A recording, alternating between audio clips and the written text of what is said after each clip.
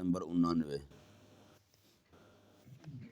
اعوذ باللہ من الشیطان الرجیم، بسم اللہ الرحمن الرحیم۔ وَيَا قَوْمِ لَا يَجْرِمَنَّكُمْ شِقَاقِي أَن يُصِيبَكُم مِّثْلُ مَا أَصَابَ قَوْمَ نُوحٍ أَوْ قَوْمَ هُودٍ أَوْ قَوْمَ صَالِحٍ وَمَا قَوْمُ لُوطٍ مِّنكُم بِبَعِيدٍ۔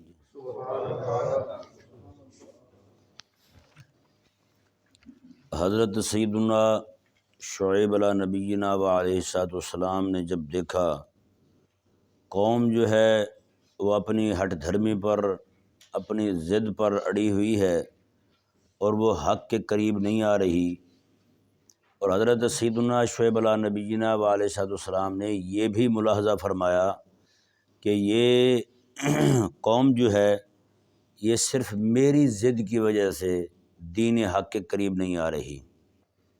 حضرت سیدنا شعیب علیہ نبینا و علیہ السلام کی ضد کی وجہ سے انا کا مسئلہ بنا چکی ہے کہ اب وہ دین حق کو قبول نہیں کر رہی، تو حضرت سیدنا شعیب علیہ نبینا و علیہ السلام نے انہیں مزید تنبیہ فرمائی۔ آپ نے فرمایا بیا قوم، اور اے میری قوم، لا یجرمنکم شقاقی، میری ضد تمہیں اس بات پر نہ ابھارے، یعنی میری ضد میں تم اس نوبت تک نہ پہنچ جانا، اس مقام تک نہ پہنچ جانا کہ ان یصیبکم مثل ما اصاب، کہ تم پر بھی پھر وہی عذاب آ جائے جو قوم نوح پر آیا تھا، قوم ہود پر آیا تھا اور صالح علیہ السلام کی قوم پر آیا تھا۔ میری ضد میں اتنے نہ تم ڈھیٹ بن جاؤ، میری ضد میں بے شرمی کی ساری حدیں نہ پار کر لو کہ تم میری ضد کی وجہ سے رب کے دین کے دشمن بن جاؤ، رب تعالیٰ کے دین کو قبول کرنے کے معاملے میں تم پس و پیش سے کام لینے لگو، اللہ تبارک و تعالیٰ کے دین کے معاملے میں تم جناب اڑ کر بیٹھ جاؤ وہیں پر۔ جی اللہ اکبر کبیرہ۔ فرمایا کہ پھر یہ نہ ہو کہ تم پر بھی وہی عذاب آئے جو حضرت نوح علیہ السلام کی قوم پر آیا، حضرت ہود علیہ السلام کی قوم پر آیا، حضرت صالح علیہ السلام کی قوم پر آیا۔ اور اگلی بات آپ نے جو فرمائی وما قوم لوط منکم ببعید، اور لوط علیہ السلام کی قوم تو وہ تو دور ہی نہیں ہے تم سے، ان کا علاقہ بھی دور تھا اور ان کا زمانہ بھی قریب، ان کا علاقہ بھی قریب تھا اور ان کا زمانہ بھی قریب قریب بنتا تھا۔ شعیب علیہ السلام اور لوط علیہ السلام کی قوم میں اتنا فاصلہ نہیں تھا، اور ان کے گھروں کے گرے ہوئے جو آثار تھے، باقی ساری چیزیں لوط علیہ السلام کی قوم کی وہ سب ان کو دکھائی دیتی تھیں۔ سمجھ آیا مسئلہ نہیں آیا؟ تو فرمایا کہ ایک دائی کی ساتھ ضد جو ہے، ایک دائی کے ساتھ انا کا مسئلہ بنا لینا، رب تبارک و تعالیٰ کے پاک پیغمبر کے ساتھ ضد کا مسئلہ بنا لینا، اور ضد پھر ایسی کہ جناب ان کے لیے ان بڑی قوموں پر جو عذاب آئے تھے وہ عذاب آنے حلال ہو جائیں، اس سے بڑی بدبختی کیا ہو سکتی ہے؟ ان الفاظ میں ذرا یہ مزید ہم غور کرتے ہیں کہ آپ نے میں لا یجرمنکم شقاقی، میری ضد کی وجہ سے تم یہاں تک نہ پہنچ جانا کہ تم پر وہ والے عذاب آنے شروع ہو جائیں۔ آج ذرا اندازہ لگائیں نا، ہمارے ہاں کیا ہوتا ہے، کسی ایک بندے کے ساتھ ضد کی وجہ سے ہم رب تعالیٰ کے دین کے ساتھ بے وفائی کر جاتے ہیں، کسی ایک بندے کے ساتھ ضد ہوتی ہے اور ہم اللہ تبارک و تعالیٰ کے دین کے دشمن بن جاتے ہیں۔ یعنی اس سے یہ معلوم ہوتا ہے، ایک آیت مبارکہ قرآن کریم میں اور بھی ہے، اللہ تبارک و تعالیٰ کے پاک پیغمبر نے کہا تھا مولا میرا سمجھانا تو ان کو تیرے دین کا دشمن بنا رہا ہے، میں جیسے جیسے سمجھا رہا ہوں یہ تیرے دین سے دور ہوتے جا رہے ہیں۔ یعنی ان کا سمجھانا، ان کو بتانا ہونا یہ چاہیے تھا، قوم سمجھ کر دین کے قریب آتی ہے، وہ مزید دین سے دور ہوئے جا رہی ہے۔ یہاں پر یہ ذہن میں رہے، لوگوں مزاج کے حساب سے لوگ دو طرح کے ہوتے ہیں۔ ایک بندہ وہ ہوتا ہے جو کسی دعوت دینے والے کے ساتھ ضد کی وجہ سے دین حق کا دشمن نہیں بنتا۔ مثال کے طور پر کہ دو بندوں کی آپس میں لڑائی ہے، وہ ایک بندہ دین بیان کر رہا ہے تو دوسرا بندہ جو ہے وہ دین سن کر یہ کہے گا کہ جو دین بیان ہو رہا ہے وہ حق ہے، جو دین بیان ہو رہا ہے وہ حق ہے، یہ سچ ہے۔ جی میری اس کے ساتھ لڑائی ہے نا، اس کے ساتھ لڑائی کی وجہ سے رسول اللہ علیہ السلام کے دین کو کیوں میں جھوٹا کہوں؟ اور کئی لوگ وہ ہوتے ہیں جو احمق ہوتے ہیں، اپنی قبر اور آخرت خراب کرنے والے ہوتے ہیں، رب تعالیٰ کے عذاب کو اپنے اوپر حلال کرنے والے ہوتے ہیں، ان کی کسی کے ساتھ ضد ہو، وہ سچی بات بھی کرے نا ان کو جھوٹی لگے گی، وہ قرآن بھی بیان کرے تو یہ کہیں گے نہیں جی اپنی طرف سے مار رہا ہے، مجھے سب پتہ ہے اس کا، جو جھوٹا بندہ ہے جی، نعوذ باللہ ثم نعوذ باللہ من ذالک۔ تو یہ جو بندے کی طبیعت ہوتی ہے نا، یہ بندے کی آخرت کو برباد کر کے رکھ دیتی ہے۔ جو حضرت شعیب علیہ السلام نے فرمایا کہ میری ضد جو ہے نا، کہیں یہ نہ ہو کہ تم پر رب تعالیٰ کے ان عذابوں کو حلال کر دے جو عذاب ان قوموں پر آئے تھے، کہیں یہ نہ ہو کہ تم انہی عذابوں میں مبتلا ہو جاؤ۔ تو بتائیں آج وہ اسی طبیعت کے بہت سارے لوگ ہیں۔ لڑائی کسی کے ساتھ ہے؟ نقصان دین کا، نعوذ باللہ من ذالک۔ بڑی ساری جگہوں پہ مدارس ہم نے دیکھے، اکٹھے مدارس بڑے زبردست چلتے تھے، لیکن وہاں پہ جناب دو بھائی آپس میں لڑ پڑے، دو آپس میں مدرسہ چلانے والے لڑ پڑے، مدرسے کو جناب بانٹ دیا، نقصان کس کا ہو گیا؟ اس کے بھی انا راضی ہو گئی، اس کا بھی نفس خوش ہو گیا کہ میں نے مدرسہ بانٹ لیا ہے، لیکن نقصان کس کا ہوا؟ میرے حبیب علیہ السلام کے دین کا ہوا۔ نقصان کس کا ہوا؟ بچوں کے مستقبل کا ہوا۔ بچے جو ہیں ظاہری بات ہے وہ بھی استاد ہے وہ بھی استاد ہے، جب دونوں آپس میں لڑ پڑیں گے تو کیا بنے گا؟ اسی طرح گھروں میں میاں بیوی آپس میں لڑ پڑتے ہیں، ضد بنا جاتے ہیں، اڑ بنا جاتے ہیں، جب ضد کرتے ہیں تو نقصان کس کا ہوتا ہے؟ بچوں کا ہوتا ہے جی۔ اس ضد کی صورت میں طلاق ہو جاتی ہے، جب طلاق ہوتی ہے تو ظاہری بات ہے بچے جو ہیں وہ بیچارے ذلیل ہو جاتے ہیں، نہ وہ ماں کی محبت صحیح طرح پا سکتے ہیں، نہ باپ کی تربیت پا سکتے ہیں صحیح طور پر۔ باپ کے پاس رہیں گے تو ظاہری بات ہے ماں کی محبت سے محروم ہے، وہ دونوں میں سے کسی ایک کو ظالم ضرور کہیں گے بچے پھر، ہیں جی۔ بچوں کو ظالم کہنے پر مجبور کس نے کیا ہے؟ والدین میں سے کسی ایک کی ضد نے۔ مدرسے میں پڑھنے والے بچوں کے مستقبل کو برباد کس نے کیا ہے؟ وہ دو مولوی آپس میں لڑ پڑے تھے۔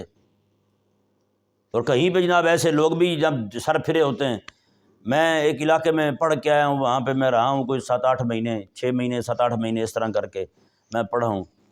وہاں جو ہمارے استاد تھے ان کی برادری کا ایک بندہ تھا، اس نے زمین دی تھی مسجد کے لیے، مسجد سڑک کے اس پار تھی، مدرسہ اس پار تھا۔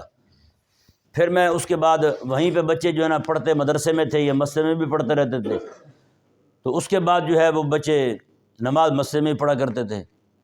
پھر ایک بار میں گیا مسجد میں، اسی مسجد میں صرف درمیان میں ایک سڑک ہے، اس طرف الگ مسجد بنی ہوئی تھی، اس طرف وہ پہلے والی کھڑی ہوئی تھی۔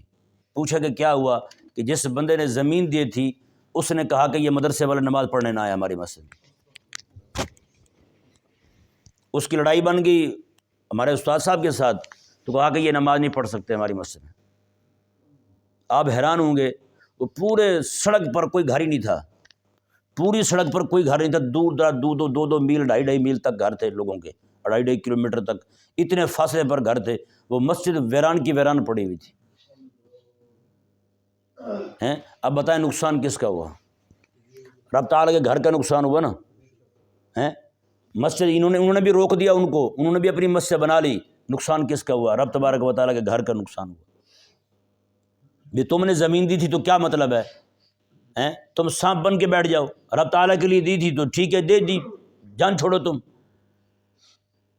یہ ہمارے ہاں مزاج بن چکا ہے لوگوں کا، سچی بات ہے۔ اور ایک اور میں آپ کے سامنے دکھ والی بات ظاہر کرتا ہوں، وہ یہ کہ ہماری جو آپس کی باہمی مسلکوں کی لڑائی ہے، مسلکوں کی لڑائی کی وجہ سے بہت سارے بزرگوں کی بے ادبیاں اور گستاخیاں ہوتی ہیں۔ ایک بزرگ تھے سیدی عبدالعزیز دباغ رحمہ اللہ، ان کا ذکر جو ہے وہ تقریباً تمام کتابوں میں ہوتا ہے۔ مطلب جتنے تصوف کو ماننے والے ہیں نا، دیوبندی بھی مانتے ہیں تصوف کو، ہم سنی بھی مانتے ہیں، بریلوی لوگ بھی مانتے ہیں تصوف کو، تو وہ تقریباً دونوں لوگ ہی سیدی عبدالعزیز دباغ رحمہ اللہ کو اپنے وقت کا بزرگ مانتے ہیں۔ امام احمد رضا رحمہ اللہ کی ایک کتاب تھی، اس کے اندر سیدی عبدالعزیز دباغ رحمہ اللہ کا ذکر تھا۔ ایک دیوبندی بندہ جو ہے وہ کتاب لے کر کے اس نے وہ قصہ سنایا سیدی عبدالعزیز دباغ رحمہ اللہ کا، قصہ سنا کے کہنے لگا کہ آگے لعنت ڈال کے کہنے لگا ان بریلوی مولویوں پہ لعنت ہو گئی۔ اب سیدی عبدالعزیز دباغ کون ہے، سینکڑوں سال پہلے گزر گئے، دیوبندی بریلوی والا تو مسئلہ ہی بعد میں ہوا ہے۔ ضد کیوں آ گئی کہ ان کی کتاب میں ذکر ہے۔ اب اسی طرح کر کے ہمارے لوگ بھی متشدد متشددین جو ہیں ان کی بات کر رہا ہوں، وہ بھی جب ان کی کتابیں نکالتے ہیں، ان کی کتابوں میں قصے بزرگوں کے ہوتے ہیں، قصے بزرگوں کے ہوتے ہیں، وہ نکال کر کے ان کو جناب ان کو تانا کر رہے ہوتے ہیں، نشان سامنے ان کی ضد کی وجہ سے ان کو جناب بزرگوں کو برا کہہ رہے ہوتے ہیں۔ تو مناد علی ولی فقد آذنتہ بالحرب کا مطلب کیا ہے پھر یار؟ جس نے ولی کے ساتھ دشمنی رکھی، آپ ولی کے بھی دشمن بن گئے، کیونکہ ذکر انہوں نے کیا اپنی کتاب میں، آپ دشمن بن گئے۔ اسی طرح کر کے پھر آپ تھوڑا سا اوپر چلیں، یہ تو چلو بزرگوں کی بات تھی، میرے آقا صلی اللہ علیہ وسلم کی سنت کریمہ کے دشمن بن جاتے ہیں، سنت کریمہ کے ساتھ ضد لگا دیتے ہیں ان کی ضد کی وجہ سے، ایسی ایسی باتیں کرتے ہیں، نعوذ باللہ ثم نعوذ باللہ من ذالک، کیونکہ ان کے ہاں معمول ہے تو اس کی پھر ایسی توہین کریں گے، ایسے اس کا مذاق اڑائیں گے، حد کر دیں گے۔ تو بھائی باہمی لڑائی کی وجہ سے قرآن حدیث کے دشمن کیوں بنے تم؟ اب مثال کے طور پر وہ کو قرآن کی آیت بھی بیان کریں گے، ہماری عوام جو ہے ان کو ایسا ہم نے پکا کیا ہے، وہ 1 منٹ سے پہلے کہیں گے جھوٹ کہہ رہا ہے، جبکہ وہ قرآن پڑھ رہا ہوا، قرآن پڑھ رہا ہوا۔ ایسے نہیں فرمایا، بہت بڑے فقیہ نے، بہت بڑے عالم نے، امام جو ہے نا قرطبی رحمہ اللہ اپنی کتاب میں نقل فرماتے ہیں ان کا قصہ، فرماتے ہیں وہ فرماتے تھے جب میں واز کرتا ہوں نا، میرے واز کو سنتے ہوئے لوگوں کے ایمان مختلف ہو جاتے ہیں، مطلب جب میں بیان کرتا ہوں تو ایک طبقہ جو ہے نا میری تقریر سننے والا وہ کہتا ہے جو کہہ رہا ہے حق کہہ رہا ہے، مطلب یہ پکا مومن ہو جاتا ہے، ایک کہتا ہے پتہ نہیں کیا کہاں سے کہہ رہا ہے ہمیں تو کوئی پتہ نہیں ہے، فرماتے ہیں وہ رب تبارک و تعالیٰ کے دین کے معاملے میں شک میں مبتلا ہو جاتا ہے، جو شک میں مبتلا ہو گیا اس کا اگلی سیڑھی جو ہے اس کی وہ کفر کی ہے اور ارتداد کی ہے، دین سے گیا وہ۔ فرماتے ہیں ایک گروہ وہ ہوتا ہے جو بیٹھا ہوا میرے سامنے ہوتا ہے، میرا بات سن رہا ہوتا ہے، میری تبلیغ سنتا ہے، سننے کے بعد جاتے ہوئے کہتا ہے اپنی طرف سے ہی کہا ہے، بات جب کہ میں تو رب کا قرآن پڑھ رہا تھا، میں نے رب کا قرآن پڑھا، یہ کہتا ہے اپنی طرف سے کہہ رہا ہے، فرماتے ہیں یہ بندہ کافر ہو جاتا ہے، مومن نہیں رہتا، یہ طبقہ کافر ہو جاتا ہے۔ بتائیں آج جو ہے نا میں سچی کہہ رہا ہوں، جتنا نقصان اس وقت ہم لوگوں کا کر رہے ہیں نا، لوگوں کے ایمان کا، لوگوں کے دین کا، یہ وہی لوگ ہی کر رہے ہیں جو ضد میں آ چکے ہیں، جو ضدی بن گئے نا، ہٹ دھرم بن گئے ہیں، ہاں جی، وہ جس کو تسلب کہہ رہے ہیں حقیقت کے اندر وہ تعصب ہے، وہ تسلب نہیں ہے، تسلب کسی اور شے کا نام ہے جو ہمارے بزرگوں نے بیان کیا ہے، یہ تعصب ہے، اور اس تعصب کی وجہ سے دین حق کے دشمن بنے جا رہے ہیں۔ قسم خدا کی کہہ رہا ہوں، ایسی ایسی مثالیں میں آپ کے سامنے بیان نہیں کر سکتا کہ وہ کیسی کیسی مثالیں حضور کی سنت کا مذاق اڑاتے ہوئے کہتے ہیں۔ بتائیں اب دیکھیں، ایک میں ضد کی مثال اور بتاتا ہوں آپ کو۔ سرگودھا کا ایک مولوی ہے، اہل حدیث ہے، وہ پہلے شیعہ تھا، شیعوں سے پھر یہ وہابی ہوا، تو اہل حدیث اپنے آپ کو کہتے ہیں۔ اس نے قرآن پاک سر پہ رکھا، اس نے کہا کہ رفع یدین کے بغیر نماز ہوتی نہیں، رفع یدین کے بغیر نماز ہی نہیں ہوتی۔ اب ذرا اندازہ لگائیں یار آپ، رفع یدین کے بغیر نماز نہیں ہوتی، تو امت کا زیادہ طبقہ جو ہے وہ آج بھی ائمہ میں، ان کے مقلدین میں، ماننے والوں میں وہ احناف ہیں، وہ حنفی ہیں، تو بتائیں امت کے اتنے بڑے طبقے کی نماز نہیں ہوتی؟ یار اتنا بھی زد میں آگے نہ جاؤ یار، کس نے کہا ہے آپ کو؟ آقا علیہ السلام کے صحابہ کرام علیہ رضوان کی جماعت ہے پوری جو رفع یدین نہیں کرتے تھے، تابعین میں اتنی بڑی جماعت ہے جو رفع یدین نہیں کرتے، خود امام ابو حنیفہ رضی اللہ تعالیٰ عنہ یار تابعی ہیں، امام ابو حنیفہ رضی اللہ تعالیٰ نے حضور کے صحابہ کو دیکھا ہے، آقا علیہ السلام کے صحابہ سے پڑھا ہے آپ نے، صحابہ کی نماز کو دیکھ کر کے امام ابو حنیفہ رضی اللہ تعالیٰ نے آگے جناب امت کو تعلیم فرمایا کہ یار میں نے حضور کے صحابہ کو ایسے نماز پڑھتے دیکھا ہے۔ تو پھر آپ کا جناب اس طرح کر کے باتیں کرنا ہے جی، پھر یہ کہنا کہ ان کی نماز ہی نہیں ہوتی، کس نے کہا ہے؟ بتائیں، پہلے آپ طے تو کرو۔ انہی اہل الحدیث کے علماء میں سے، سچی بات ہے، میں جب مناظرے کرتا تھا تب میں پڑھتا تھا، ایسی چیزیں میں نکالتا تھا، کسی ایک قول پر متفق نہیں ہے یہ لوگ، یعنی ایک عالم جو ہے ان کے اہل حدیث، انہوں نے کہا کہ نماز میں رفع یدین کرنا فرض ہے، ایک نے کہا کہ مستحب ہے، ایک نے کہا سنت ہے، ایک نے کہا مباح ہے، ایک نے کہا واجب ہے۔ تو بھائی جب آپ خود اتنے صرف رفع یدین کے مسئلے میں اتنے اختلاف میں مبتلا ہیں، آپ کسی ایک بات پر نہیں پہنچ رہے، کسی نہج پر نہیں پہنچ رہے، تو بتائیں اس کی تبلیغ پھر کیسی کر رہے ہیں آپ؟ نہیں سمجھ آ رہا مسئلہ؟ تو بھائی یہ باتیں جو ہے نا، ان کو خواہ مخواہ ضد کا سبب نہ بنایا جائے، ہاں جی، قوم میں انتشار اور افتراق جو ہے نا، مزید امت جو ہے نا متحمل نہیں ہو سکتی، ابھی بھی جناب وہی باتیں کی جا رہی ہیں، ابھی بھی انہی باتوں کو جناب رات دن اچھالا جا رہا ہے، رات دن جناب وہی۔ ہاں جی، ایک بندہ جو ہے نا وہ دوسرے کہنے لگا ہاں جی آپ سود کھاتے ہیں، وہ کہنے لگا سود چھوڑ، پہلے یہ بتا تو رفع دین کے ساتھ نماز پڑھتا یا نہیں پڑھتا ہے؟ رفع دین کرتا یا نہیں کرتا تو؟ جہاں پہ قطع یدین کی باتیں ہو رہی ہوں، دشمن جو ہے تمہارے ہاتھ کاٹنے پہ کھڑا ہو، دشمن جو ہے تمہارے گلے کاٹنے پہ کھڑا ہو، اور ہم جناب اپنی محض ضد بنا کر کے انہی مسائل کو اچھال رہے ہوں، تو میرے خیال میں ہم اپنے دشمن آپ ہی ہیں، ہمارا کوئی دشمن دوسرا نہیں ہے۔ وہ کہا نا انگریز نے، جب انگریز یہاں ہوتا تھا اس وقت اس نے کہا تھا، اس نے کہا ہندوؤں کے بھی یہاں 2 دشمن ہیں، ہندوؤں کے بھی یہاں 2 دشمن ہیں ہندوستان میں، اور انگریزوں کے بھی یہاں 2 دشمن ہیں۔ لیکن اس نے کہا مسلمان بیچارے، ان کے 3 دشمن ہیں، مسلمانوں کے 3 دشمن ہیں۔ انہوں نے کہا وہ کیسے؟ انہوں نے کہا ہندوؤں کے 2 دشمن ہیں، ایک مسلمان دشمن ہے، ایک ہندوؤں کے 2 دشمن ہیں، ایک مسلمان دشمن ہے، ایک انگریز دشمن ہے۔ انگریز بھی ہندو کو ختم کرنا چاہتا ہے، مسلمان بھی ختم کرنا چاہتا ہے، اور انگریزوں کے 2 دشمن ہیں، ایک مسلمان دشمن ہے، ایک ہندو دشمن ہے، دونوں دشمن ہیں انگریز کے، دونوں انگریز کو یہاں سے نکالنا چاہتے ہیں۔ اور اس نے کہا مسلمان، اس نے کہا اس کے 3 دشمن ہیں، اس کا ایک ہندو بھی دشمن ہے، انگریز بھی دشمن ہے، اور مسلمان کا مسلمان بھی دشمن ہے، مسلمان کا مسلمان بھی دشمن ہے۔ یہ کس نے کہا تھا؟ یہ دشمن نے دیکھ کر کے ان کے نظام کو، ان کے معاملات کو، ان کی باہمی چپکلش کو، ان کے باہمی معاملات کو دیکھ کر کے اس نے کہا تھا۔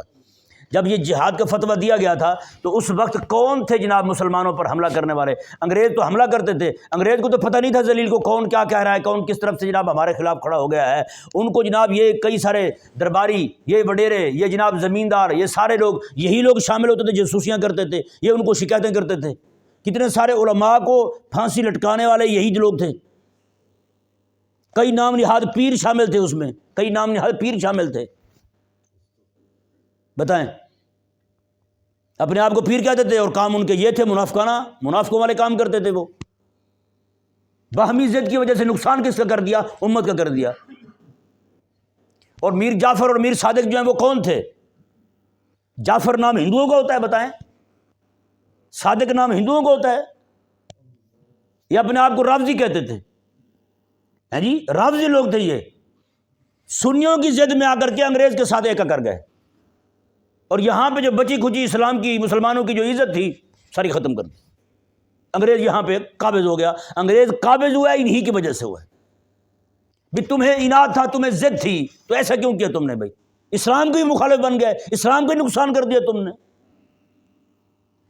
حضرت سیدنا مولا علی رضی اللہ تعالیٰ عنہ، ہیں جی، آپ کی جب خلافت کا معاملہ تھا تو اس وقت روم کے بادشاہ نے دیکھا کہ حضرت علی رضی اللہ تعالیٰ عنہ جو ہیں وہ تھوڑے سے کمزور ہو گئے ہیں، حضرت امیر معاویہ رضی اللہ تعالیٰ عنہ کے ساتھ باہمی معاملات کی وجہ سے تو کمزور ہو گئے ہیں، تو کیوں نہ میں ان پہ حملہ کر کے ان کی رہی صحیح ساکھ بھی ختم کر دوں، ہیں جی، اللہ اکبر کبیرہ۔ تو حضرت سیدنا امیر معاویہ رضی اللہ تعالیٰ عنہ آپ کو یہ پھنک پہنچی کہ ایسا ایسا معاملہ ہو رہا ہے، وہ خبیث جو ہے وہ حملہ کرنے کے ارادے میں ہے حضرت مولا علی رضی اللہ تعالیٰ عنہ پر، ہیں جی۔ آپ رضی اللہ تعالیٰ عنہ جو اسے خط بھیجا نا، قسم خدا کی، آج کل کے کئی سارے وہ جو ممی ڈیڈی مزاج والے لوگ ہیں، برگر پوائنٹ، برگر فیملی ہیں، ان کو یہ باتیں بڑی سخت لگتی ہیں، وہ ایسا کہہ دیا انہوں نے، وہ بھی ہمارے ابا کو، یہودی کو، نصرانی کو کہہ دیا ہیں۔ اللہ اکبر۔ حضرت امیر معاویہ رضی اللہ عنہ نے جو خط بھیجا نا، اس خط کے پہلا جملہ یہ تھا، یا کلبو، اوے کتیا، ہیں، قربان جائیں، آپ نے یہ خط بھیجا، میں یا کلبو، کتے، غور سے سن میری بات، میں تو نے اگر سوچا بھی نا حضرت علی رضی اللہ تعالیٰ پر حملہ کرنے کا، میں کہ وہ میرے چچا کا بیٹا ہے، اوپر سے آ رہے ہیں نا رشتے میں، کہا کہ چچا زاد ہے، میرے چچا کا بیٹا ہے، میں ابھی اس کے ساتھ صلح کر لوں گا اور تیری اینٹ کے ساتھ اینٹ وہ بجاؤں گا، تجھے سانس لینے کا وقت نہیں ملے گا۔ جن لڑائیوں کو تم بڑی لڑائی بنا کے پیش کر رہے ہو، ان کی تو باہمی محبت یہ تھی، ہیں جی، وہ ایک اتحاد کی وجہ سے ایک مسئلہ ہو گیا ان کا، لیکن قربان جائیں، ہیں جی، دشمن کو قریب نہیں آنے دیا۔ بھائی ہماری لڑائی ہے، ہمارے گھر کی ہے، تو کون ہوتا ہے ہمارے گھر میں گھسنے والا؟ ایسا پٹھوں گا زمین پر کہ تو نظر نہیں آئے گا کسی کو۔ جیسے اس نے حضرت امیر معاویہ رضی اللہ عنہ کو خط پڑھا جناب، وہیں سہم کے بیٹھ گیا، دوبارہ اس کو ہمت نہیں ہوئی جناب، اس طرف گندی آنکھ سے دیکھنا دور کی بات تھی، سوچنے کی بھی ہمت نہیں ہوئی سے۔ لیکن آج مسلمانوں پر حملہ کرنے کے لیے مسلمان راہ دے رہا یار، کل جو ہے یمن پر اس نے جو بم گرائے ہیں یہودی ذلیل نے، 4 مسلمان ملکوں پر سے وہ بم گزر کے آئے ہیں، اس طرح 4 مسلمان ملکوں پر سے۔ اور مسلمان ملک یمن جو ہے اگر کوئی میزائل پھینکتا بھی ہے، راکٹ پھینکتا بھی ہے، وہ جناب راستے میں روکنے کے لیے یہی مسلمان بیٹھے ہوئے ہیں، وہ کہتے ہیں پہلے ہمیں مار بعد میں ادھر جانا تھا۔ بتائیں، سعودی الگ سے دھمکیاں دیتا ہے، خبردار اس طرح وہ نہیں کرنا، یہودی کو کچھ نہیں کرنا، ہاں جی۔ اردن جو ہے وہ الگ سے کہتا ہے، باقی سارے الگ سے کہتے ہیں۔ مصر بیٹھا ہوا کیوں بیٹھا ہوا؟ اس لیے تو بیٹھا ہوا ہے، وہ کہتا نہیں بھائی نہیں، اس طرف نہیں جانا کسی نے، یہودی کو کچھ نہیں کہنا، اس کا جو ہے نا وہ بال جو ہے نا وہ نہیں ٹیڑھا ہونا چاہیے۔ مسلمان کو مروانے کے لیے مسلمان بیٹھے ہوں۔ کشمیریوں کو روتا ہوا چھوڑ دیا، کشمیریوں پہ ظلم و ستم چھوڑ دیا، ظلم و ستم ہوتا ہوا کشمیریوں کو مجبور چھوڑ دیا، مقہور چھوڑ دیا۔ وہ ہندو جناب ایسے ظالم کی جناب کہانیاں رقم کر رہے ہیں، نعوذ باللہ، بیان نہیں کی جا سکتی، زبان پر نہیں لائی جا سکتی۔ ایک مسلمان ہی مسلمان کو مروانے والا ہے بھائی۔ اسی تاریخ کو اگر آپ کھولیں تو جناب آپ کہاں سے کہاں جا بات پہنچے گی۔ شریف مکہ کون تھا؟ سلطنت عثمانیہ کو گرانے والا، اس بندے نے بھی جناب اپنے آپ کو مسلمان کہتا تھا۔ وہ بھی شریف مکہ وہ اپنے آپ کو سید کہتا تھا، باقی تو بعد کی بات ہے۔ اس نے جناب انگریزوں کے ساتھ ایکا کر لیا اور سلطنت عثمانی کے ٹکڑے کروا دی اور راضی ہو گیا۔ اس نے کہا کیا بات ہے یار، اسلام کی حکومت تو چلو ختم ہوئی، مسلمان ہی مسلمان کا دشمن کیوں ہے یار؟ یحییٰ سنوار شہید ہو، سعودیہ کے اندر جشن منایا جائے، یحییٰ سنوار شہید ہو، سعودیہ میں جشن منایا جائے۔ اوے تمہیں کس نے اس بات پر پہنچا دیا؟